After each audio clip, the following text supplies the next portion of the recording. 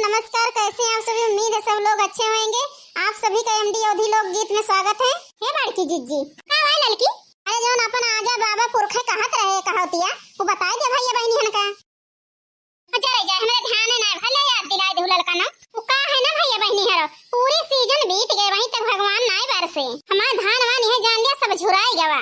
जौन आजा बाबा पुरखे कहत रहे बतिया सही है कहे से पुरवाई झोर के चलती है। अब सब ही सोचत हुआ बा का कहत रहे आजा बाबा यह कहत रहे जो पुरबा पुरवाई पावे जो पुरबा पुरवाई पावे झोरी नदियां नाव चलावे।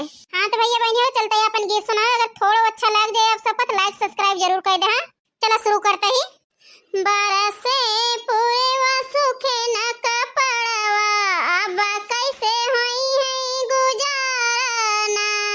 बरसे पूरे सूखे न कपड़वा अब कैसे होई है गुजारना। भीग गए लकड़ी भीग गवा कंडा भरी गवा चूल्हा में पानी ना। बरसे पूरे ना खतवा अब कैसे होई है गुजारना। भीग गए लकड़ी भीग गवा कंडा भरी गवा चूल्हा में पानी ना। बरसे पूरे ना खतवा अब कैसे होई गुजारना। बरसे पूरे ना खतवा अब कैसे होई है गुजारना। बरसे पूरे ना खतवा अब कैसे होई है गुजारना। भीग गई खटिया भीग गई कथरिया भीग गई घर के तकियावाना। बरसे पूरे ना खतवा अब कैसे होई है गुजारना। भीग गई खटिया भीग गई कथरिया भीग गई घर के तकियावाना। बरसे पूरे ना खतवा अब कैसे होई है गुजारना। बरसे पूरे ना खतवा अब कैसे होई है गुजारना। बरसे पूरे ना खतवा अब कैसे होई है गुजारना।